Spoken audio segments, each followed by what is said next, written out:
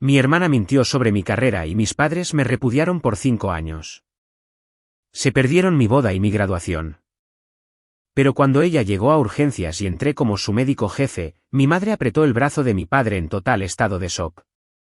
Mi nombre es Irene Valdés y tengo 32 años. Hace 5 años, mi hermana le dijo a mis padres que había abandonado la facultad de medicina. Mintió, y esa única mentira me costó toda mi familia. Me cortaron el contacto. Bloquearon mi número. No asistieron a la ceremonia de graduación de mi residencia. No estuvieron en mi boda. Durante 5 años, no fui hija de nadie. Entonces, el mes pasado, mi hermana fue llevada de urgencia a la sala de emergencias, sangrando, inconsciente, muriendo. El equipo de trauma llamó al cirujano jefe. Las puertas se abrieron y cuando mi madre vio el nombre en la bata blanca que se acercaba a la camilla de su hija, agarró los brazos de mi padre con tanta fuerza que le dejó moratones. Ahora, déjenme llevarlos de vuelta al otoño de 2019, a una mesa de cocina en Hartford, Connecticut, y a la última vez que mi padre me miró con orgullo. Creciendo, había 2 hijas en la casa de los Valdés, pero solo una importaba. Mi hermana Mónica es 3 años mayor. Salió del vientre materno actuando, obras escolares, consejo estudiantil, la chica que podía hablar con cualquier adulto en cualquier cena y hacerlo reír. Mis padres, Jerry y Diane Valdés, de Hartford, Connecticut, clase media, sal de la tierra, la adoraban por ello. Papá dirigía una planta de fabricación. Mamá hacía contabilidad a tiempo parcial. Valoraban 2 cosas por encima de todo, la apariencia y la obediencia. Mónica entregaba ambas impecablemente todos los días. Yo era la callada, la que tenía la nariz metida en un libro de biología durante Acción de Gracias, mientras Mónica era el centro de atención en la mesa. No era rebelde. No era difícil. Simplemente era invisible. Hay una diferencia entre ser olvidada y no haber sido vista en primer lugar. Aquí hay un pequeño ejemplo. 8º grado, llegué a la Feria Estatal de Ciencias, la única niña de nuestra escuela. El mismo fin de semana, Mónica tenía una actuación de teatro comunitario. ¿Adivinen a dónde fueron mis padres? Cuando llegué a casa con una cinta de 2º lugar, papá le echó un vistazo y dijo, «Qué bien, reina». No preguntó de qué trataba mi proyecto. Nunca lo hizo. Me dije a mí misma que no dolía. Me dije a mí misma que no necesitaba la atención. Vertí todo en mis calificaciones, mis clases AP, mis solicitudes. Pensé que si no podía ser la hija que notaban, sería la hija que no podrían ignorar. Y por un breve y resplandeciente momento, lo fui. El día que me aceptaron en el programa de medicina de la Universidad de Ciencias y Salud de Oregón, a 3.000 millas de Hartford, algo cambió. Por primera vez en mi vida, mi padre me miró, realmente me miró, y dijo 5 palabras que esperé 18 años para escuchar. Pero llegaré a eso.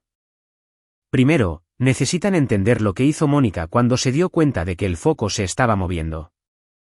La carta de aceptación llegó un martes de abril. Lo recuerdo porque Mónica estaba de visita ese fin de semana. Tenía 22 años, trabajaba como coordinadora de marketing en una empresa de nivel medio en Stanford. Buen trabajo, buena vida. Bien era el techo de Mónica, aunque nunca lo admitiría. Papá leyó la carta en la mesa de la cocina. Sus cejas se levantaron. Universidad de Ciencias y Salud de Oregón, dijo lentamente, como si estuviera saboreando las palabras. Esa es una escuela de medicina de verdad. Luego me miró. Quizás después de todo logres hacer algo de ti misma, reina. No fue un cumplido. No realmente, pero fue lo más parecido a uno que jamás había recibido de él. Y me aferré a ello como al oxígeno. Esa noche, mamá llamó a la tía Ruth. Llamó a su hermana. Llamó a 2 vecinas. Irene entró en la escuela de medicina. ¿Puedes creerlo? Su voz tenía un tono que nunca antes había escuchado, orgullo. Orgullo genuino y sin diluir dirigido hacia mí. En la cena, miré al otro lado de la mesa a Mónica. Estaba sonriendo, pero era el tipo de sonrisa que se detiene en la boca. Sus ojos estaban haciendo otra cosa por completo, calculando, midiendo, recalibrando. Lo sé ahora. En ese momento, solo pensé que estaba cansada por el viaje. Esa semana, Mónica comenzó a llamarme más, 2, 3 veces por semana. ¿Cómo va el embalaje? ¿Quién es tu compañera de cuarto? ¿Cómo es Portland? Preguntó sobre mi horario, mis compañeros de clase, mis profesores. Recordaba cada nombre que mencionaba. Pensé que mi hermana finalmente me estaba viendo. Pensé que tal vez mi ingreso a la escuela de medicina había desbloqueado algo entre nosotras. Respeto, conexión, lo que sea que tengan las hermanas normales. Le estaba dando munición. Cada detalle, cada nombre, cada vulnerabilidad, y se lo entregué todo con una sonrisa agradecida. Tercer año de escuela de medicina. Ahí es cuando todo se resquebrajó. Mi compañera de cuarto, mi mejor amiga, era una mujer llamada Sarah Michey. Había crecido en el sistema de acogida, sin familia de quien hablar, y fue la única razón por la que sobreviví el primer año. Cuando llamé a casa una vez durante una brutal semana de exámenes de anatomía, y mamá dijo, no puedo hablar, reina. Mónica está pasando un mal momento en el trabajo. Fue Sara quien se sentó en el suelo de nuestro apartamento conmigo y dijo, pérdida de ellos. Ahora levántate. Tenemos cadáveres que memorizar. Sara fue diagnosticada con cáncer de páncreas en etapa 4 en agosto de mi tercer año. Sin familia, sin sistema de apoyo, solo yo. Fui a la oficina del decano a la mañana siguiente, expliqué la situación. Aprobó una licencia formal por ausencia, un semestre, estado de cuidadora, documentos presentados, plaza reservada. Regresaría en enero. Todo estaba documentado, todo legítimo. Me mudé a la habitación libre en el apartamento de Sara, la llevé a la quimioterapia, le sostuve la mano en la sala de oncología a las 3 de la mañana cuando el dolor se volvía tan fuerte que no podía respirar. Llamé a Mónica para decírselo. No sé por qué. Tal vez todavía creía que ella era la hermana que había estado fingiendo ser. Le conté sobre Sara, sobre la licencia, sobre el plan de regresar en primavera. La voz de Mónica era almíbar. Dios mío, reina. Lo siento mucho. Tómate todo el tiempo que necesites. No diré una palabra a mamá y papá. Sé que solo se preocuparían. 3 días después, llamó a nuestros padres. No sé las palabras exactas que usó esa noche. No sabría el alcance total de su mentira hasta 5 años después, cuando se desenredó en el único lugar donde ninguna de nosotras lo esperaba. Pero el daño fue instantáneo. La llamada llegó a las 11 de la noche. Estaba sentada en una silla de plástico junto a la cama de Sara. Había tenido una mala reacción a la última ronda de quimioterapia y la habían ingresado por la noche. Mi teléfono se iluminó. Papá, tu hermana nos lo contó todo.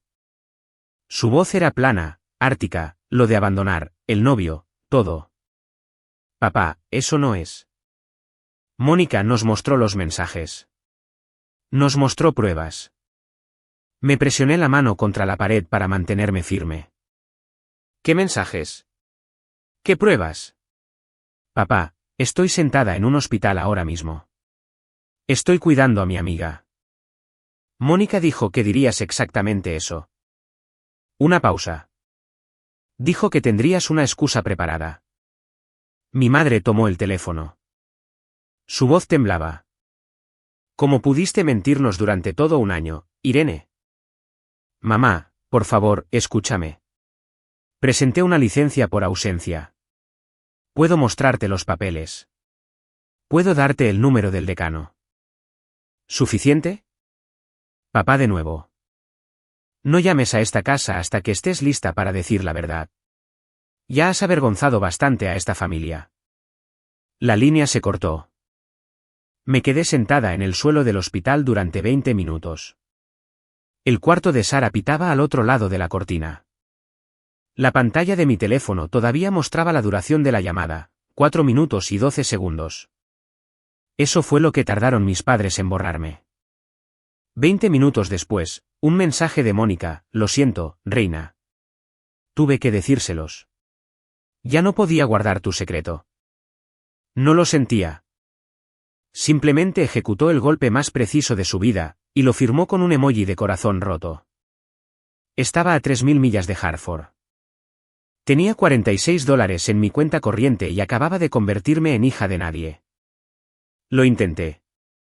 Necesito que lo sepan. Intenté todo lo que pude desde 3.000 millas de distancia con poco dinero y una amiga moribunda en la habitación de al lado. Durante los siguientes 5 días, llamé a mis padres 14 veces. Las primeras 3 fueron al buzón de voz. A la cuarta, el número de papá estaba bloqueado. Mamá me bloqueó 2 días después. Envié 2 correos electrónicos, uno corto, uno largo. El largo tenía adjunta mi documentación de licencia por ausencia como PDF. Incluí el número de teléfono directo del decano. Incluí el nombre del oncólogo de Sara.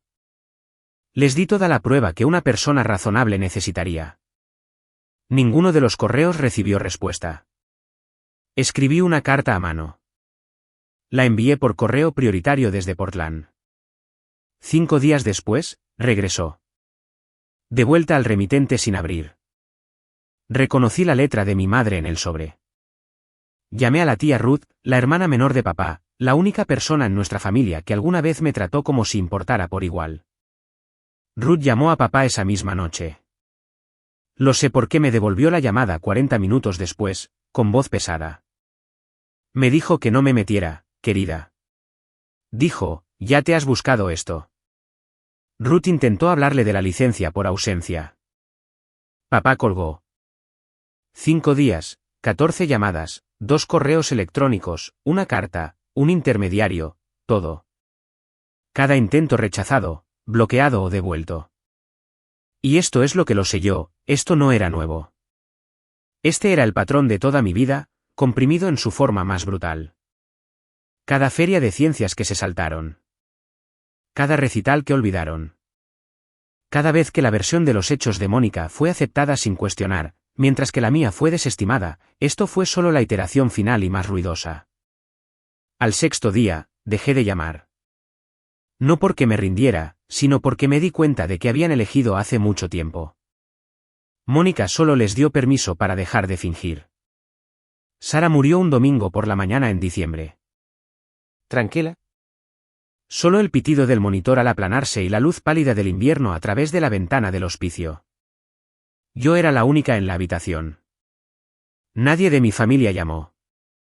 Nadie lo supo. La única persona a la que le conté, Mónica, estaba demasiado ocupada atendiendo la mentira que había plantado como para preocuparse de que la razón de mi licencia por ausencia acabara de dejar de respirar. Organicé un pequeño funeral. Vinieron 6 personas. La hermana de acogida anterior de Sara condujo desde Eugene. Un par de compañeros de clase, una enfermera de la sala de oncología que se había encariñado con ella. Me paré al frente de una capilla que podía albergar a 60 y leí un elogio a filas de bancos vacíos. No lloré. No porque no estuviera destrozada, sino porque había estado llorando durante 3 meses seguidos, y no quedaba nada. Esa noche, me senté sola en el apartamento de Sara, nuestro apartamento.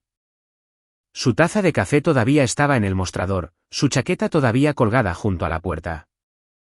Abrí mi portátil y miré la solicitud para volver a inscribirme para el semestre de primavera. Entonces lo encontré, metido dentro de la copia de Grey's Anatomy de Sara, nuestro chiste recurrente. Ella había marcado el capítulo del páncreas con una nota adhesiva amarilla que decía, Rude fue una carta. Su letra, temblorosa pero deliberada. Termina lo que empezaste, Irene. Conviértete en la doctora que sé que eres, y no te atrevas a dejar que nadie, especialmente tu propia sangre, te diga quién eres. Lo había escrito semanas antes de morir. Sabía que no estaría allí cuando necesitara el empujón. Cerré la computadora, la volví a abrir, llené el formulario de reinscripción. 2 opciones, desmoronarse o escalar. Elegí escalar, no por mis padres, no por venganza. Por Sara y por la versión de mí misma en la que ella creía. Regresé en enero. Sin apoyo familiar, sin red de seguridad. Acepté préstamos estudiantiles adicionales, conseguí un puesto de asistente de investigación a tiempo parcial y comí sobras de la cafetería del hospital más veces de las que jamás admitiré. La escuela de medicina no se preocupa por tu vida personal. Los exámenes de anatomía no se detienen porque tu familia te haya repudiado. Las rotaciones clínicas de 12 horas no se acortan porque lloraste en el armario de suministros a las 2 de la mañana. Así que dejé de llorar y empecé a trabajar. Trabajé como si mi vida dependiera de ello, porque en cierto modo, así era. Me gradué a tiempo. Nadie de Hartford vino. Fui seleccionada para una residencia quirúrgica en el Centro Médico Mercires de vuelta en la costa este, un centro de trauma de nivel 1, uno de los más activos de Connecticut. Ahí es donde conocí a la doctora Margaret Thornton. Maggie, 58 años, jefa de cirugía emérita, construida como un cable de acero envuelto en una bata de laboratorio. Se convirtió en la mentora que desesperadamente necesitaba y en la figura materna que había perdido. Tercer año de residencia, conocí a Nathan Calvel. Era un abogado de derechos civiles que hacía trabajo pro bono en una clínica comunitaria cerca del hospital. Ojos tranquilos, humor seco. La primera persona a la que le conté toda la historia que no parpadeó, no me compadeció, no trató de arreglarlo. Simplemente escuchó. Luego dijo, mereces algo mejor. 4 palabras. Eso fue suficiente. Nos casamos un sábado por la tarde en el patio trasero de Maggie. 30 invitados. El padre de Nathan me llevó al altar. Había enviado una invitación a Hartford. Regresó de la misma manera que mi carta, sin abrir. Sin embargo, la tía Ruth estuvo allí. Lloró lo suficiente por 2 padres. Después de la ceremonia, Maggie me entregó un sobresellado. Una nominación, dijo. No la abras todavía. No estás lista. Lo guardé en el cajón de mi escritorio sin hacer preguntas. Pasaron 5 años. Me convertí en alguien que no reconocerían. Ahora, necesito hacer una pausa aquí por un segundo. Si alguna vez has estado en una situación en la que tu familia se negó a escuchar tu versión, donde la verdad no importaba porque la mentira de otra persona era más fuerte, deja un fuego en los comentarios. Y si creen que mis padres se van a arrepentir de esto, escriban karma. Sigamos, porque lo que pasó después, ni yo lo vi venir. Enero, presente. Tengo 32 años. Soy la jefa de cirugía de trauma en el Centro Médico Mercires. Tengo una casa en los suburbios con un porche que recibe buena luz matutina, un esposo que me hace reír todos los días y un golden retriever llamado Hipócrates, Hippo, para abreviar, que nunca me ha juzgado por comer cereal a medianoche. Es una buena vida, una real, construida ladrillo a ladrillo con mis propias manos. Pero hay un tipo específico de dolor que nunca desaparece por completo. Vive en el espacio hueco entre tus costillas, justo donde se supone que debe estar una familia. Ya no me despierto llorando. Ya no reviso mi teléfono esperando un código de área de Hartford, pero cada acción de gracias hay un momento, solo un destello, en el que pongo la mesa, cuento los platos y siento la ausencia como un miembro fantasma. La tía Ruth todavía llama todos los domingos. Ella es mi hilo conductor hacia ese mundo.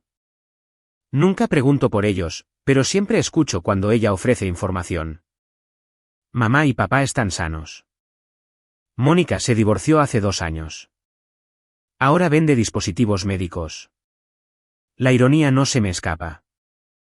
La semana pasada, Ruth llamó con algo diferente en su voz. ¿Cautelosa?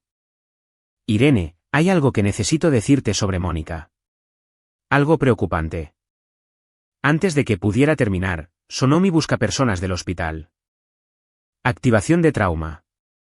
Le dije a Ruth que le devolvería la llamada. Nunca tuve la oportunidad, porque lo que Ruth estaba tratando de decirme ya estaba en camino.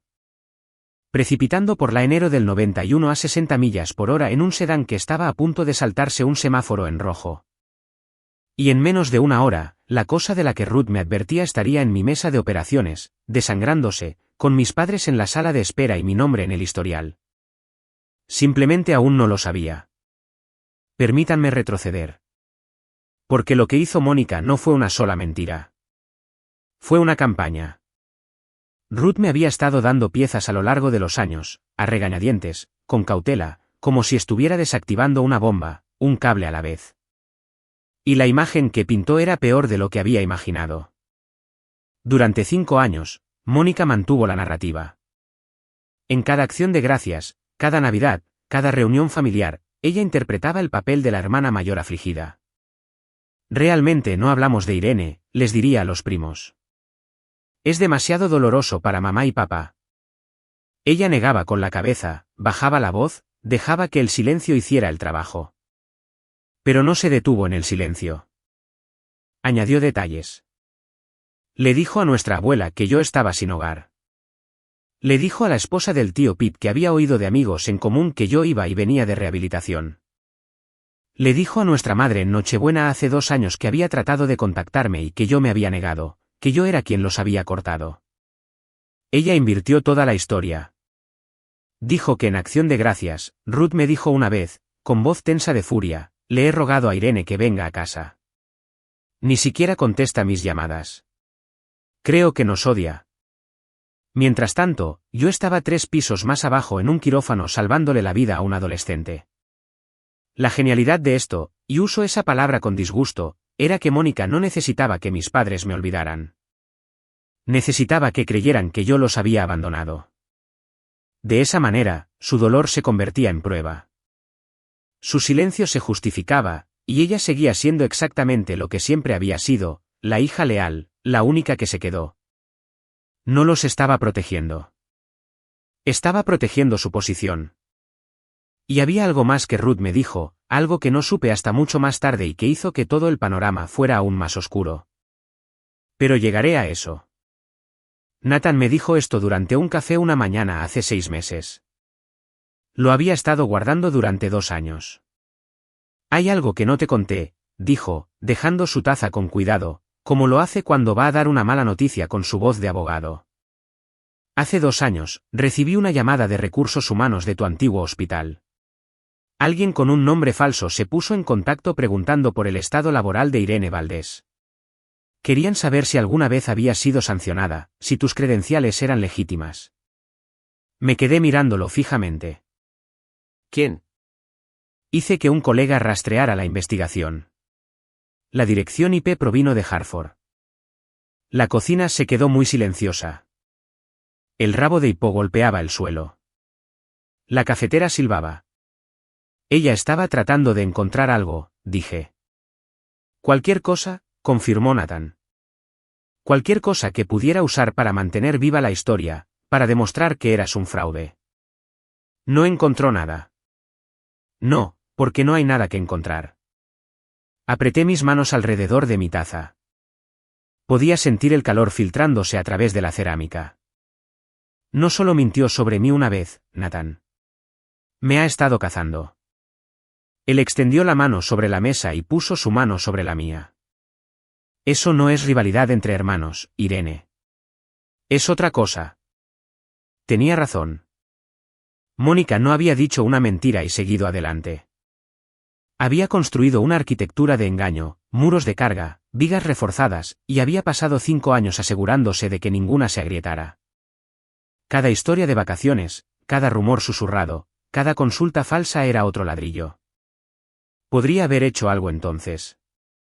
Llamar a un abogado, confrontar a mis padres, exponer todo, pero no lo hice porque la vida estaba a punto de hacerlo por mí de la manera más brutal, pública e irónica imaginable. Y comenzó con un buscapersonas a las 3 de la mañana, jueves por la noche, enero, 3 y 7 de la madrugada. El buscapersonas me sacó de un sueño profundo. Nathan se movió a mi lado, murmuró algo. EPO levantó la cabeza de los pies de la cama. La pantalla brilló en la oscuridad. Trauma de nivel 1. Cole, mujer soltera, 35 años. Traumatismo abdominal por fuerza contundente. Hemodinámicamente inestable. ETA 8 minutos. Estaba vestida en 4 minutos. Conduciendo en 6. Las carreteras estaban vacías y mojadas. Ese tono particular de negro que enero te da en Connecticut. Repasé el caso en mi cabeza como siempre lo hago. Mecanismo de lesión. Posible afectación de órganos, opciones quirúrgicas. Colisión de vehículo motorizado, traumatismo abdominal por fuerza contundente, signos vitales inestables, probable ruptura esplénica, posible laceración hepática. Había hecho esa cirugía 100 veces. Pasé la tarjeta de identificación por la entrada de la bahía de ambulancias y caminé directamente hacia la sala de trauma. Mi equipo ya se estaba reuniendo. 2 residentes, una enfermera de trauma, anestesia en espera. Recogí el iPad de admisión de la estación de la enfermera jefe y me deslicé hasta el historial del paciente entrante. Paciente, Mónica Dulet. DOB 14 de marzo de 1990. Contacto de emergencia, Geral Valdés, padre. Dejé de caminar. El ruido del pasillo, los pitidos, el intercomunicador, el chirrido de los zapatos en el linóleo, todo se retiró como una marea. Durante 2 segundos, quizás 3, no era cirujana. Era una joven de 26 años sentada en el suelo de un hospital en Portland, el teléfono todavía caliente en mi mano, escuchando un tono demarcado. Doctora Valdés, la enfermera jefe, Linda, apareció a mi lado. ¿Estás bien? Levanté la vista, parpadeé, dejé el iPad. Estoy bien. Preparen la bahía 2 y llamen al doctor Patel. Quiero que esté en espera. La sirena de la ambulancia aulló en la distancia, acercándose. Y detrás de esa ambulancia, supe antes de poder verlas, venían 2 personas a las que no me había enfrentado en 5 años. Las puertas de la ambulancia se abrieron y la camilla llegó rápido. Mónica estaba atada, inconsciente, la máscara de oxígeno empañándose con respiraciones superficiales, sangre en su camisa, una mano colgando inerte del riel lateral. Los paramédicos recitaron números, presión arterial cayendo, frecuencia cardíaca subiendo, 2-4 grandes corriendo a todo volumen. Detrás de ellos, corriendo, vinieron mis padres. Mi madre parecía haber envejecido una década, el cabello más fino, el rostro demacrado. Llevaba una bata y pantuflas puestas al revés. Mi padre llevaba una franela y jeans puestos en pánico. Su rostro era del color del papel viejo. «Esa es mi hija», gritó pasando a la enfermera de triaje. «¿A dónde se la llevan?» «Necesito hablar con el médico a cargo». La enfermera, una mujer llamada Carla con la que había trabajado durante 3 años, levantó ambas manos. «Señor, la familia necesita esperar en el área de espera quirúrgica. El equipo de trauma ya está aquí. El jefe está manejando esto personalmente». «Carla. Lléveme al jefe ahora mismo». Carla miró a través de la mampara de vidrio hacia la sala de trauma. Me miró, con bata, guantes, mi placa colgando de mi blusa de scraps. Leyó el nombre. «Escríbalo de nuevo». Sus ojos se abrieron de par en par por una fracción de segundo. Le di un pequeño asentimiento. «No ahora». Carla se recompuso. «Señor, el jefe se está preparando para la cirugía. Se les actualizará tan pronto como sea posible. Por favor, la sala de espera es por aquí». Mis padres fueron conducidos por el pasillo. Mamá susurraba oraciones, manos entrelazadas tan fuerte que sus nudillos estaban blancos. Papá seguía girándose, mirando por cada ventana que pasaba. «Es todo lo que tenemos», dijo para nadie en particular. «Por favor, es todo lo que tenemos». Escuché todo a través del vidrio de la mampara. Como si yo nunca hubiera existido. Entré al vestuario a lavarme sola. 30 segundos. Eso es todo lo que me permití. Encendí el grifo, dejé que el agua caliente corriera sobre mis manos, me miré en el espejo de acero inoxidable sobre el lavabo, distorsionada, deformada, como se sentía todo ahora mismo. Gorro de scraps puesto, placa visible, el rostro de una mujer que había sido extirpada quirúrgicamente de su propio árbol genealógico, ahora se le pedía que salvara quirúrgicamente a la mujer que sostenía el bisturí. Una parte de mí quería salir, llamar a Patel, dejar que alguien más cargara con esto. Dejar que mis padres le debieran la vida de su hija a un extraño, no a mí. Eso sería más limpio, más simple. Pero había una mujer en esa mesa con el bazo roto y lo que parecía ser una laceración hepática de grado 3. Estaba perdiendo sangre más rápido de lo que podíamos reponerla. Iba a morir en los próximos 30 a 40 minutos si el mejor cirujano de este edificio no operaba. Y el mejor cirujano de este edificio era yo. Llamé a Patel directamente. Tengo un conflicto de intereses. El paciente es un familiar. Lo estoy revelando ahora y documentando en el historial. Si en algún momento mi juicio se ve comprometido, tomas el mando. ¿Sin preguntas? La voz de Patel era firme. ¿Entendido, jefe? Le dije a Linda que anotara la revelación en el registro de enfermería. Todo según el libro, todo por escrito. Luego me puse guantes limpios, empujé las puertas del quirófano y miré hacia la mesa. El rostro de mi hermana, todavía magullado, la máscara de oxígeno empañándose y aclarando. Se veía más pequeña de lo que recordaba, más delgada. Había líneas de preocupación alrededor de sus ojos que no estaban allí hace 5 años. Durante 3 segundos, no fue la mujer que destruyó mi vida. Era un cuerpo en mi mesa. Y eso era exactamente como necesitaba que fuera. Vamos. Bisturí. 3 horas y 40 minutos. Eso fue lo que tardó en reconstruir lo que la columna de dirección y la luz roja habían destrozado. Bazo roto. Lo sacamos. Laceración hepática de grado 3. La reparamos con suturas de precisión, capa por capa minuciosa. Sangrado interno de 2 vasos mesentéricos separados, pinzados, cauterizados, controlados. No hablé a menos que fuera necesario. Succión, pinza, compresa, retraer.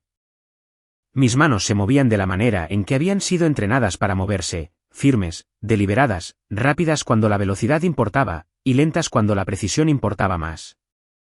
Los residentes observaban. Siempre observan durante mis casos, y podía sentir su atención agudizarse cuando la reparación del hígado se volvía complicada. No vacilé. No podía permitirme hacerlo. A las 6:48 de la mañana, coloqué el último punto de cierre. Los signos vitales de Mónica eran estables. La presión arterial normalizada, la producción clara. Estaba viva. El doctor Patel, que había estado de pie en silencio en la esquina todo el tiempo, se bajó la mascarilla. Irene, dijo en voz baja. Eso fue impecable. ¿Quieres que hable con la familia? Me quité los guantes, los dejé caer en el cubo, me lavé las manos, automático, metódico, de la misma manera que lo había hecho 10.000 veces antes. No, dije. Este es mío. Volví a captar mi reflejo en el espejo del vestuario. La misma cara, la misma placa, pero algo había cambiado. Durante 5 años, había sido la hija que desapareció. Ahora, era la cirujana que acababa de devolver a su hermana del borde de la muerte. Esos 2 hechos estaban a punto de chocar en una sala de espera a 40 pies de distancia frente a todo mi equipo del turno de noche. Enderecé mi blusa de scrubs, revisé mi placa, respiré hondo, y luego caminé hacia la sala de espera. El pasillo nunca se había sentido tan largo. La sala de espera tenía ese silencio fluorescente que tienen los hospitales a las 7 de la mañana. Otras 2 familias estaban dispersas en las esquinas lejanas. Un televisor murmuraba informes del tiempo para nadie, y en la fila central, sentados rígidos, sin dormir, aterrorizados, estaban mis padres. Empujé a través de las puertas dobles, todavía con mis scrubs quirúrgicos, la mascarilla bajada alrededor de mi cuello, el gorro de scrubs ahora quitado, el cabello recogido, mi placa colgando a la altura del pecho. Impresa en limpias letras mayúsculas que cualquiera podía leer desde 6 pies de distancia, doctora Irene Valdés, MD, fax, jefa de cirugía de trauma. Papá se puso de pie primero. Siempre se ponía de pie primero. Era un reflejo, la necesidad de estar a cargo. Doctora, ¿cómo está? ¿Está Mónica? Se detuvo. Sus ojos habían bajado a mi placa, luego subido a mi rostro, y luego bajado a la placa de nuevo. Observé cómo el reconocimiento se movía a través de él como algo físico. Un temblor que comenzó en sus manos y subió hasta su mandíbula. Mamá levantó la vista medio segundo después. Sus labios se separaron. No salió ningún sonido. Su mano derecha se disparó hacia el antebrazo de papá y se cerró, con los dedos clavándose en la franela de su manga con una fuerza que más tarde aprendería que dejó 4 moretones con forma de yemas de dedos. 5 segundos de silencio. 5 segundos que contenían 5 años. Hablé primero, tranquila, clínica, la misma voz que uso para dirigirme a cada familia en esta sala. Señor y señora Valdés, soy la doctora Valdés, jefa de cirugía de trauma. Su hija, Mónica, sufrió una ruptura esplénica y una laceración hepática de grado 3 en el accidente. La cirugía fue exitosa. Está estable y actualmente en la UCI. Podrán verla en aproximadamente una hora. Señor y señora. No mamá y papá. Vi cómo aterrizaba. Vi cómo cortaba. Detrás de mí, a través de la mampara de vidrio, Linda y 2 enfermeras estaban mirando. Sabían por la expresión de sus rostros. Ya lo habían deducido. Mi madre se movió primero. Dio un paso hacia mí, los brazos levantados, un sollozo ya rompiéndose en su pecho. Irene. Dios mío. Dios mío, Irene. Di medio paso hacia atrás. Educada. Inconfundible. Ella se congeló. Sus manos quedaron suspendidas en el aire entre nosotras, luego, lenta y dolorosamente, cayeron a sus costados. La voz de papá salió como grava arrastrada sobre cemento. ¿Eres doctora? Lo soy. ¿Eres la jefa? Lo soy. Pero Mónica. Mónica dijo. ¿Qué dijo exactamente? Cerró la boca, la abrió, la cerró de nuevo. Pude ver la maquinaria de su mente tratando de reensamblar 5 años de certeza que se desmoronaban en tiempo real. Mamá estaba llorando ahora, no en voz baja. Pensamos que abandonaste. Pensamos que ella nos dijo que estabas. Ella les dijo que abandoné. Que tenía un novio con problemas de drogas. Que estaba sin hogar. Que me negué a contactarlos. Mantuve mi voz nivelada. Sin temblores. Sin lágrimas. Había ensayado este momento 1000 veces en la ducha, en el coche, en la oscuridad antes de dormir. Nunca pensé que sucedería en scraps quirúrgicos bajo luces fluorescentes. Nada de eso era cierto. Ni una sola palabra. A través del vidrio detrás de mí, pude ver a Carla tapándose la boca con una mano. Una residente, la doctora Kimura, de segundo año, apartó la mirada, la mandíbula tensa. Linda se sentó, dejó su portapapeles y miró fijamente. Papá intentó redirigir. Viejo instinto. Este no es el momento ni el lugar, Irene. Tu hermana está en la UCI. Lo sé.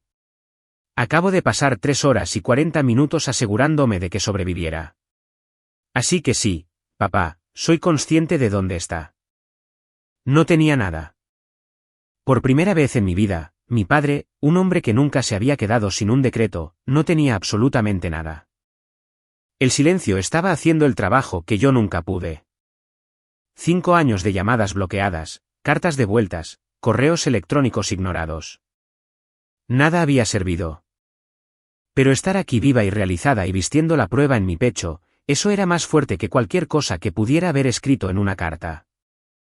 Mamá se aferró al respaldo de una silla para mantenerse firme. Las cartas, susurró. Dijiste que enviaste cartas.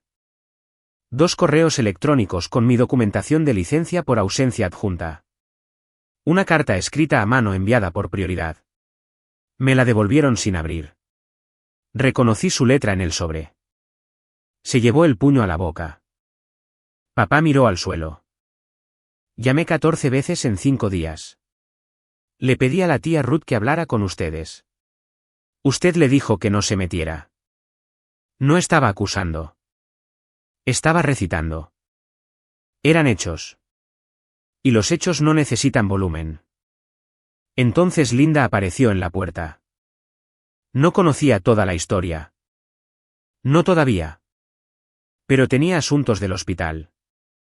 Doctora Valdés, lamento interrumpir. El presidente de la Junta vio el registro de trauma nocturno. Me pidió que les transmitiera. La comisión de selección del médico del año envía sus felicitaciones por el resultado quirúrgico de esta noche. Linda lo dijo como si dijera cualquier cosa rutinaria. No tenía idea de que acababa de detonar una segunda bomba. Mamá me miró, ojos hinchados, rímel corrido, todavía en bata. ¿Médico del año? Es un reconocimiento interno. No es nada. Me volví hacia Linda. Gracias. Necesito revisar los signos vitales postoperatorios. Con permiso. Caminé hacia el pasillo de la UCI, pasos medidos, espalda recta. No miré hacia atrás, pero escuché la voz de mi madre detrás de mí, pequeña y arruinada. Jerry, ¿qué hemos hecho? Y escuché algo que nunca antes había oído, mi padre diciendo nada. Porque el silencio, por primera vez, era lo único honesto que le quedaba. 4 horas después, UCI, habitación 6, el monitor pitando al ritmo, la luz de la mañana entrando por las persianas. Entré para la evaluación postoperatoria estándar. Signos vitales, drenaje, revisión de la herida, rutina, excepto que nada de esto era rutinario. Los ojos de Mónica estaban abiertos, vidriosos, desenfocados por la anestesia, pero abiertos. Parpadeó hacia el techo, parpadeó hacia el poste del cuarto. Luego su mirada se desplazó lateralmente hacia mí. Entrecerró los ojos. Leyó mi placa. La leyó de nuevo. El color drenó de su rostro de una manera que he visto antes, pero solo en pacientes a los que acababan de decirles que su pronóstico era malo. ¿Irene? Su voz era papel de lija. Buenos días, Mónica. Soy su cirujana tratante. Sufrió una ruptura esplénica y una laceración hepática de grado 3 por el accidente. La cirugía fue bien. ¿Se recuperará por completo? Eres doctora, no una pregunta, sino una rendición de cuentas. Soy la jefa de este departamento. Lo he sido durante 2 años. Observé cómo sucedía el mismo espectro por el que había pasado papá, pero más lento porque Mónica lo estaba procesando a través de una gota de morfina y lo que sospeché que era un terror que se avecinaba. Confusión primero, luego incredulidad, luego miedo, y entonces apareció. La expresión que había visto toda mi vida, el rápido parpadeo detrás de los ojos, cálculo. Incluso ahora, acostada en una cama de hospital con mis suturas sosteniendo su hígado, Mónica estaba tratando de descubrir cómo vender esto. Irene, escucha. Puedo explicarlo. No necesitas explicarme nada. Asentí hacia la puerta de vidrio donde 2 figuras estaban de pie en el pasillo mirando, rostros destrozados, ojos rojos. Necesitas explicárselo a ellos. Actualicé su historial, revisé el drenaje, me fui sin otra palabra. No me quedé para escuchar lo que pasó después, pero todo el piso de la UCI lo escuchó. La habitación de Mónica no estaba insonorizada, y tampoco lo estaba la verdad. De acuerdo, tengo que parar aquí un segundo. ¿Qué creen que Mónica les dijo a mis padres cuando entraron en esa sala de la UCI? Opción A, finalmente dice la verdad. Opción B, duplica la mentira. Opción C, vuelve a hacerse la víctima. Dejen su respuesta en los comentarios. Y si aún no se han suscrito, ahora es el momento porque la siguiente parte de la historia es donde todo se derrumba. Aprendí lo que sucedió por Linda, quien lo escuchó de la enfermera de la UCI que lo escuchó a través del vidrio. Si eligieron la opción C, felicidades. Conocen a mi hermana. En el momento en que mis padres entraron, Mónica comenzó a llorar. Grandes sollozos que tiraban de sus puntos y hacían que el monitor cardíaco se disparara. Mamá, papá. Tienen que creerme. Nunca quise que llegara tan lejos. Tenía miedo por ella. Papá se paró a los pies de la cama. Su voz apenas controlada. Mónica, Irene es cirujana. Es la jefa de cirugía de trauma de este hospital. Yo no sabía eso. Ella dijo que envió cartas, correos electrónicos. Llamó 14 veces. Le pidió a Ruth que interviniera. La voz de mamá era plana, hueca. ¿Es eso cierto? Está exagerando. ¿Sabes cómo es? Ruth trató de decírnoslo. Papá de nuevo, y esta vez su voz se quebró. No por tristeza, sino por el fallo estructural de todo lo que había creído durante 5 años. Hace 2 años, Ruth llamó y dijo que Irene estaba en residencia, que era cirujana. Nos dijiste que Ruth mentía, que solo estaba tratando de causar drama. Ruth no sabe la historia completa. ¿Cuál es la historia completa, Mónica? Mamá, gritando en una UCI. La enfermera en el puesto de control exterior se estremeció. El visitante de un paciente en 2 habitaciones más allá levantó la vista de su teléfono, y Mónica retrocedió hacia una esquina, con vías intravenosas en ambos brazos, mis puntos en su abdomen, e hizo lo que siempre hace. Pivotó de la defensa al ataque. Está bien, es doctora. Qué bien por ella. Pero ella abandonó a esta familia. Ella nunca llamó porque bloqueamos su número, Mónica. La mano de papá estaba en el riel de la cama, nudillos blancos. Porque ustedes nos lo pidieron. El monitor cardíaco pitó. El cuarto goteó. Y Mónica, quizás por primera vez en su vida adulta, no tenía guión. La tía Ruth entró en la UCI a las 9:45 esa mañana. La había llamado desde el vestuario después de la cirugía, no para convocarla como un arma, sino porque Mónica también era su sobrina, y Ruth merecía saberlo. Pero Ruth vino preparada. 5 años de silencio harán eso con una mujer con un sistema de archivo y una larga memoria. No se sentó, no abrazó a nadie. Se paró en medio de esa habitación y dijo, he estado esperando 5 años para tener esta conversación, y no voy a esperar ni un minuto más. Sacó su teléfono, abrió una carpeta que había etiquetado como prueba de Irene. Descubrí más tarde. Contenía capturas de pantalla de cada correo electrónico que había enviado a mis padres en esos primeros días desesperados. El PDF de mi licencia por ausencia de OSU firmado por el decano, sellado con el sello del registrador. Mi confirmación de reinscripción. Una foto de mi graduación de residencia. Yo con birrete sosteniendo el diploma. La tía Ruth a mi lado. El único familiar en el encuadre. Extendió el teléfono. Mamá lo tomó con manos temblorosas. Y aquí, dijo Ruth, deslizando a un hilo de mensajes de texto. Esto es de Mónica, enviado a mí hace 4 años. Lo leyó en voz alta, no le digan a mamá y papá sobre la residencia de Irene. Solo los confundirá. Finalmente están en paz. La habitación quedó en silencio. Mónica miraba fijamente al techo. Su mandíbula estaba apretada, pero el cálculo había desaparecido de sus ojos. Lo que lo reemplazó fue algo que nunca antes había visto allí, la mirada de alguien que se ha quedado sin habitaciones en las que esconderse. Me dijiste que guardara silencio por el bien de la familia, dijo Ruth, mirando directamente a Mónica. Pero esta familia no ha tenido paz. Ha tenido un apagón de 5 años. Ruth se volvió hacia mis padres. Y ustedes dos, dejaron que esto sucediera, no porque no amaran a Irene, sino porque amar a Mónica era más fácil. Nadie discutió. No quedaba nada con qué discutir. Mamá se hundió en la silla junto a la cama de Mónica, pero ya no miraba a Mónica. Estaba hojeando el teléfono de Ruth, leyendo mis correos electrónicos uno por uno. Sus labios se movían mientras leía. Se detuvo en el último, el que envié la noche antes de mi graduación de residencia. Sé lo que dice. Lo he releído 100 veces en mi propia carpeta de scraps.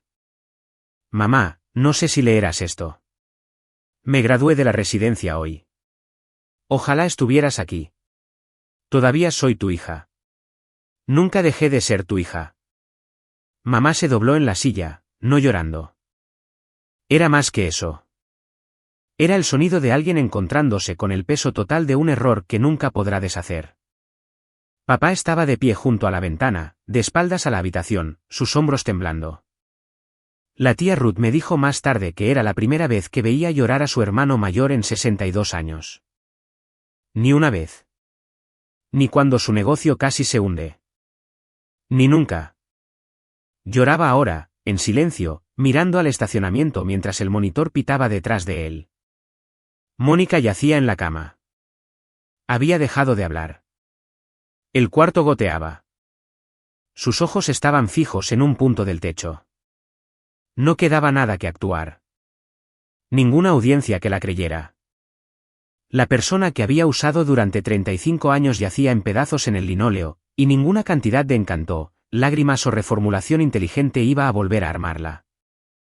Te perdiste su boda, Jerry. La voz de Ruth era tranquila ahora. Gastada. Papá no se dio la vuelta de la ventana, pero habló. 4 palabras, bajas, agrietadas por el centro.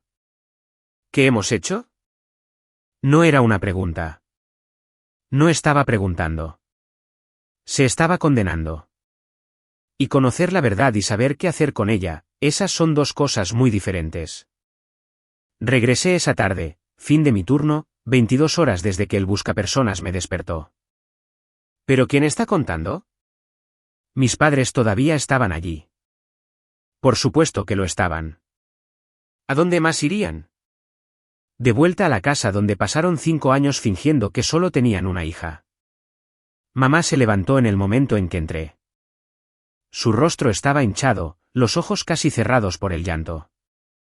Irene, cariño, lo siento mucho. Yo. Levanté mi mano suavemente pero con firmeza. Los escucho y creo que lo sienten, pero, lo siento, es una palabra. Es un punto de partida, no una línea de meta. Lo que necesito es tiempo. Papá se giró de la ventana. Parecía haber envejecido 5 años desde esta mañana. Queremos arreglar esto. Entonces necesitan entender algo. Mantuve mi voz uniforme. Esto no era ira. Era claridad. El tipo de claridad que solo llega después de haber quemado todas las demás emociones. Y lo que queda es la verdad. Limpia y simple. No soy la chica que enviaron lejos. No soy la chica que les rogó que escucharan durante 5 días desde 3000 millas de distancia. Soy alguien que construyó una vida entera sin ustedes.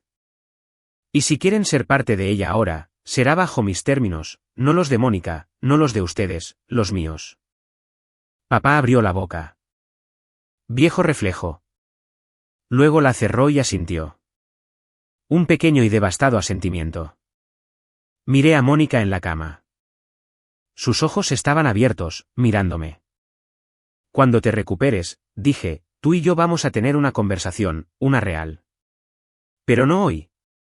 Hoy, eres mi paciente. No mezclo las dos cosas. Me fui. Espalda recta, pasos medidos. No miré hacia atrás, pero escuché la voz de mi madre detrás de mí, pequeña y arruinada. Jerry, ¿qué hemos hecho? Y escuché algo que nunca antes había oído, mi padre diciendo nada. Porque el silencio, por primera vez, era lo único honesto que le quedaba. 2 semanas después, Mónica fue dada de alta. Su incisión estaba sanando. El resto de ella, no tanto. Elegí el lugar. Una cafetería en Middletown, a medio camino entre su apartamento y mi casa. Terreno neutral. Nathan vino, pero se sentó en una mesa separada cerca de la ventana, fingiendo leer documentos legales. No estaba fingiendo. Mónica entró luciendo como alguien que había sido vaciado. Había perdido peso. La cirugía más no comer hacen eso. Y la confianza que solía usar como colonia había desaparecido. Por primera vez en mi memoria, mi hermana mayor parecía exactamente de su edad. Se sentó, envolvió sus manos alrededor de una taza que no bebió, y miró fijamente la mesa. No hice preámbulos. No voy a gritarte. No voy a enumerar cada mentira. ¿Sabes lo que hiciste? Lo que quiero saber es por qué. Silencio lo suficientemente largo como para que el camarero llamara al nombre de alguien y resonara en las paredes. Luego silencio. Porque ibas a ser todo lo que yo no era y no podía soportarlo. Dejé que eso se asentara. Eso es honesto. Lo primero honesto que me has dicho en 10 años. Lo siento, Irene. Lo sé. Pero lo siento no me devuelve los años. Lo siento no trae a papá a mi boda. Lo siento no desenvuelve esa caja que mamá me envió de vuelta. Mis cosas de graduación de la escuela secundaria devueltas como si estuviera muerta para ella. Ella miró hacia otro lado. Sus ojos estaban húmedos. Lágrimas reales. Sé la diferencia ahora. Luego dijo algo que no esperaba. También llamé a tu escuela de medicina 2 veces. Traté de que revocaran tu licencia por ausencia. Les dije que habías falsificado los documentos de cuidado. La cafetería zumbaba a nuestro alrededor.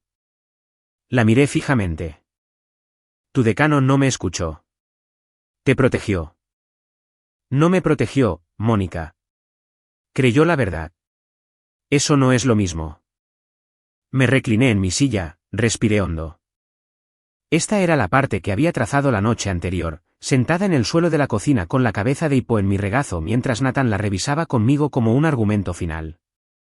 No te estoy cortando de mi vida, dije. Pero estoy estableciendo condiciones. Mónica asintió, pequeña, derrotada. Dirás la verdad completa, a cada familiar al que mentiste. Cada tía, cada tío, cada primo que pasó 5 años pensando que estaba en rehabilitación o viviendo en la calle. Corregirás cada historia. Lo haré, y lo harás por escrito. Un correo electrónico al grupo familiar, los 47. Ruth confirmará que todos lo recibieron. Otro asentimiento. Me reuní con mis padres por separado la semana siguiente. Nathan me condujo. Nos sentamos en su mesa de cocina. La misma mesa donde papá había leído mi carta de aceptación todos esos años atrás. La misma mesa donde Mónica había sonreído solo con la boca. Estoy abierta a reconstruir, dije. Pero necesito que vayan a terapia familiar, ambos. No por mí, por ustedes. Necesitan entender por qué creyeron una mentira sobre su propia hija y nunca una vez tomaron el teléfono para verificar. La mandíbula de papá se tensó. No hacemos eso en esta familia. Esa es exactamente la razón por la que estamos aquí, papá. Mamá puso su mano suavemente sobre su brazo. Jerry, por favor. Me miró. Miró a mamá. Algo detrás de sus ojos se quebró. ¿No se abrió? Todavía no, pero se agrietó.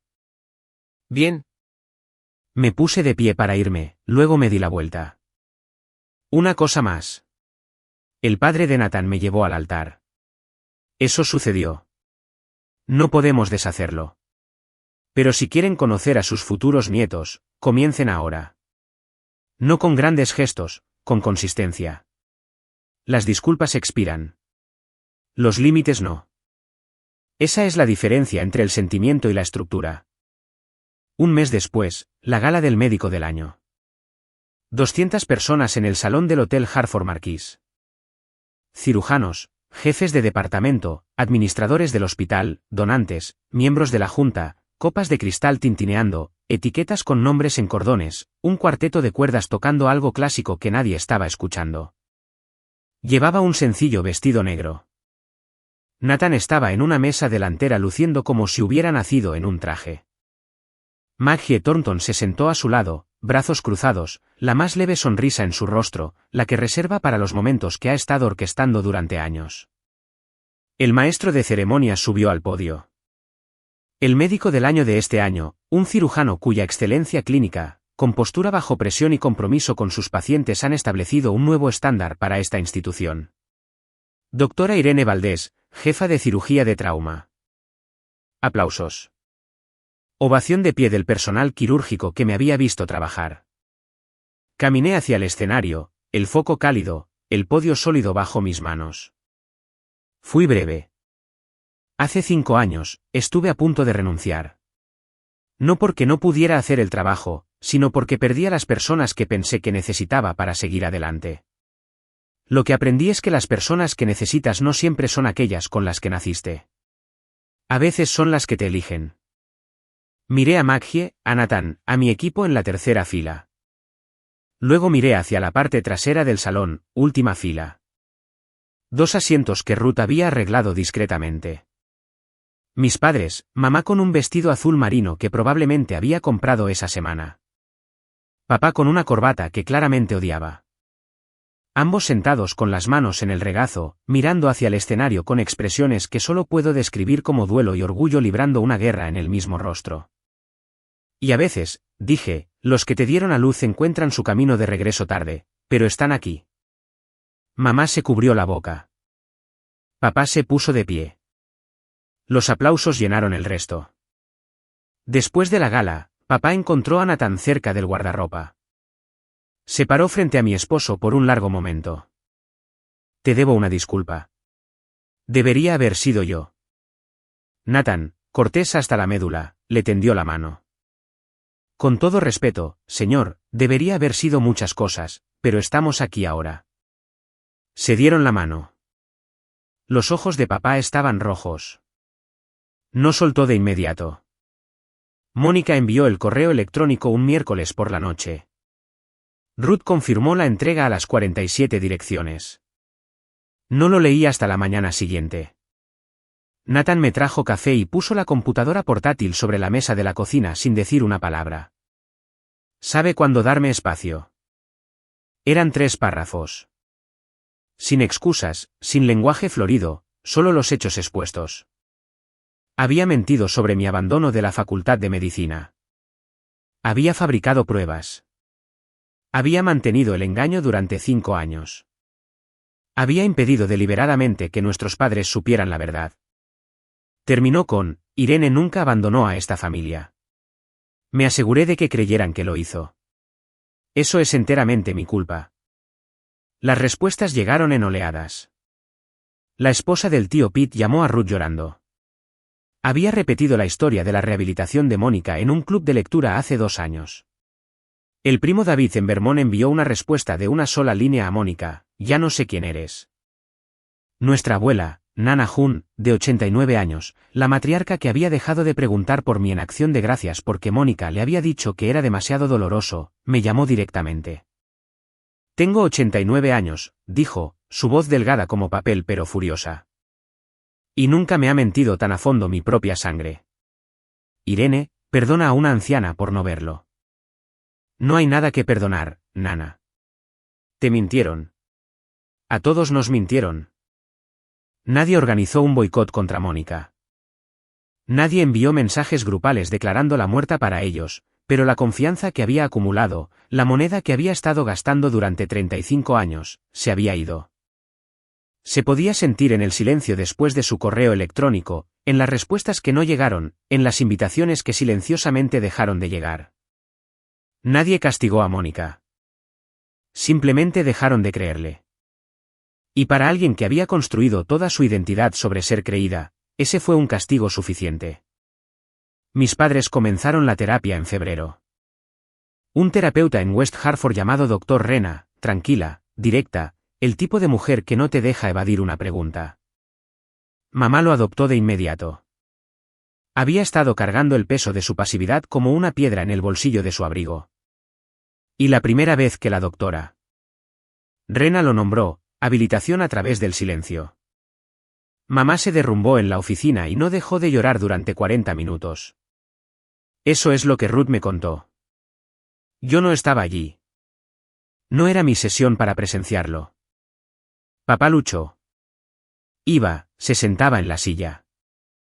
Respondía a las preguntas con el menor número de palabras posible. ¿La doctora? Rena le dijo, lo relató Ruth, que su necesidad de tener razón, su negativa a revisar una decisión una vez tomada, había sido el muro de carga de todo este desastre. Mónica proporcionó la mentira, pero el orgullo de papá la cimentó en su lugar. No discutió con ella. Esa podría haber sido la primera señal de cambio. A las 3 semanas de terapia, mamá me envió una carta, escrita a mano. La ironía no se les escapó a ninguna de las dos. Te fallé, escribió. No solo cuando creí a Mónica, sino cada vez que elegí la paz sobre la justicia. Cada vez que dejé que el temperamento de tu padre decidiera lo que era verdad. Cada vez que te vi parada en el umbral, callada y esperando, y me dije a mí misma que estabas bien, porque era más fácil que admitir que no era lo suficientemente valiente para luchar por ti. La leí en la mesa de la cocina. Hippo dormía a mis pies. Nathan estaba en la habitación de al lado fingiendo no escuchar. No lloré, pero sostuve esa carta por mucho tiempo. Luego abrí el cajón donde guardo las cosas que importan. La tarjeta de Sara, mis cartas de vueltas, la invitación de boda que regresó sin abrir, y la coloqué adentro. Mismo cajón, lado diferente. El progreso no siempre es dramático. A veces es solo reorganizar lo que llevas. Mónica también comenzó la terapia. La suya, separada de las sesiones familiares. Lo sé porque Ruth me lo dijo y porque Mónica lo mencionó brevemente, torpemente, la segunda vez que nos reunimos para tomar café. Hemos tenido 3 de estas reuniones hasta ahora. Cada una corta, cada una rígida, cada una ligeramente más honesta que la anterior. La primera vez miró sus manos y no dijo nada útil. La segunda vez me habló de la terapia. La tercera vez dijo algo que realmente aterrizó. No espero que me perdones. Ni siquiera sé si lo merezco, pero quiero que sepas que estoy tratando de no ser esa persona nunca más. Tomé un sorbo de mi café, lo dejé, luego le mostré. Las palabras son baratas en esta familia. Siempre lo han sido. Muéstrame con tiempo. Ella asintió, no presionó, no actuó. Eso fue nuevo. ¿La creo? Honestamente, no lo sé. He pasado toda una vida leyendo las actuaciones de Mónica y todavía no estoy segura de dónde termina su actuación y dónde comienza su yo real. Tal vez ella tampoco lo sepa. Tal vez para eso es la terapia. Pero creo en la posibilidad de cambio. Eso es todo lo que puedo ofrecer ahora. Ella lleva mi cicatriz quirúrgica en su cuerpo. 7 pulgadas en la parte superior izquierda del abdomen, desvaneciéndose de rojo a blanco durante el próximo año. Cada vez que se vista, cada vez que se vea en el espejo, verá la marca dejada por la hermana que trató de borrar. La hermana que, cuando más importaba, sostuvo un bisturí con manos firmes y eligió el juramento sobre la ira. Yo llevo su daño en mi memoria. 5 años de silencio, alojados en algún lugar entre mis costillas. Estamos a mano, de la forma más extraña y dolorosa en que 2 hermanas pueden estarlo. Y tal vez con suficiente tiempo real, poco glamuroso, consistente, encontraremos nuestro camino hacia algo que no es ni siquiera algo mejor, algo nuevo. Estoy sentada en mi oficina en Mercirest. Es tarde. El pasillo de afuera está en silencio. Esa quietud particular que tienen los hospitales después de que se van los últimos visitantes y antes de que comience la energía del turno de noche. Mi placa de nombre está en la puerta. Mis diplomas están en la pared, no porque necesite verlos, sino porque los residentes sí. En mi escritorio, una foto de boda enmarcada. Nathan, Maggie, tía Ruth, 30 invitados, un patio trasero bajo la luz de octubre. Sin padres en el encuadre. Pero en la estantería junto a él, una nueva foto tomada hace 3 semanas. Mamá y papá de pie en el porche de mi casa, abrigados, luciendo ligeramente perdidos. Las manos de papá están en sus bolsillos. Mamá está a mitad de una sonrisa, esforzándose demasiado, pero esforzándose. Es incómodo. Es imperfecto. Es real. Si están viendo esto y se ven reflejados en mi historia, ya sea que sean los que fueron silenciados o los que hicieron el silencio, quiero decirles algo. La verdad no caduca. No importa si toma 5 días o 5 años. La verdad tiene una forma paciente de presentarse exactamente cuando más se necesita. No puedes apresurarla, pero tampoco puedes superarla corriendo. No me vengué de mi hermana. No necesitaba venganza. Me convertí en alguien que no la necesitaba. Y esa resultó ser la respuesta más devastadora de todas. No un plan, no un esquema, solo una vida vivida plenamente en mis propios términos. Y si están esperando que su familia los vea, que realmente los vea, dejen de esperar. Véanse a ustedes mismos primero. Construyan la vida que merecen con las personas que se presentan. Y cuando los demás finalmente se den la vuelta, déjenlos encontrar una puerta que ustedes controlan. Ustedes deciden cuándo se abre. Ustedes deciden cuán ancha. Ustedes deciden quién entra. Eso no es venganza. Eso es arquitectura. Domingo por la mañana, primera semana de febrero. Nieve ligera cayendo fuera de la ventana de la cocina. El tipo que no se pega, pero hace que todo parezca estar siendo perdonado suavemente. Estoy haciendo tostadas francesas. Nathan está moliendo granos de café, cantando desafinado algo en la radio. Hippo está estacionado debajo de la mesa, optimista sobre las migas. Suena el timbre. Limpio mis manos en una toalla y abro la puerta principal. Mamá y papá de pie en el porche con sus abrigos de invierno. Papá sostiene una botella de jugo de naranja como si no supiera qué hacer con sus manos. Mamá tiene una lata de galletas caseras, sus sorbreats, las que solía hacer para cada evento escolar de Mónica, y ninguno de los míos. Hola, dice mamá, nerviosa, esperanzada. Pasen, digo. El café casi está listo. Papá entra, mira a su alrededor en la cocina como si estuviera catalogando todo. La casa en la que nunca ha estado, la vida que casi nunca supo que existía. Se aclara la garganta. ¿Puedo ayudar con algo? Lo miro. Mi padre, 62 años, de pie en mi cocina por primera vez, pidiendo permiso para ser útil. Puedes poner la mesa, papá. Asiente, va al armario que señalo, saca los platos, los cuenta, me mira. 4. Los pone uno por uno, con cuidado, como si pudieran romperse si no es gentil. Nathan le entrega un café. Mamá me abraza en la estufa. No un abrazo de película dramático, solo uno tranquilo. Brazos a mi alrededor, frente contra mi hombro. Sin palabras. Aguantando. Hippo golpea su cola. La nieve cae afuera. La tostada francesa chisporrotea. No es perfecto. No es la infancia que merecía ni la reconciliación que prometen las películas. Pero es real. Y real es más de lo que tuve durante mucho tiempo. Mi nombre es doctora Irene Valdés. Tengo 32 años y finalmente, lentamente, con cuidado, me estoy permitiendo ser hija de alguien otra vez. 4 platos. Es un comienzo.